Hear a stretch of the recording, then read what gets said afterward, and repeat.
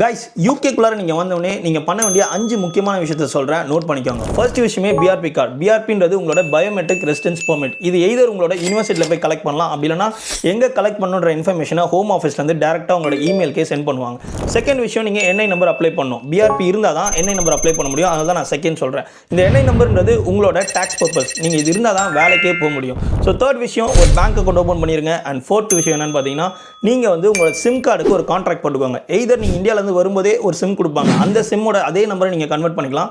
அப்படி இல்லைனா நீங்கள் வந்து டேரெக்டாக ஒரு புது நம்பர் கூட எடுத்துக்கலாம். அதை நீங்கள் வந்து கான்ட்ராக்ட் பேசிஸில் 1 இயரோ 2 இயரோ போட்டுட்டு அதை டேரக்ட் டெபிட்டுக்கு பில்லிங் செட் பண்ணிடுங்க. ஸோ அப்படி பண்ணுறது மூலிமா உங்களோட கிரெடிட் ஸ்கோர் வந்து புதுசாக அப்போ தான் ஓப்பன் ஆகும். ஓப்பன் ஆகிட்டு அது மூலிமா வந்து உங்கள் கிரெடிட் ஸ்கோர் நல்லா க்ரோ ஆகிட்டே இருக்கும். ஸோ ஃபிஃப்த் விஷயம், உங்களோட ஜிபி ரெஜிஸ்ட்ரேஷன்.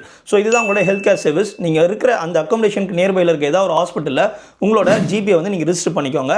அது மூலிமா உங்களுக்கு ஏதாவது பிரச்சனை வந்தால் நீங்கள் டேரெக்டாக அங்கே போய் விசிட் பண்ணிக்கலாம்.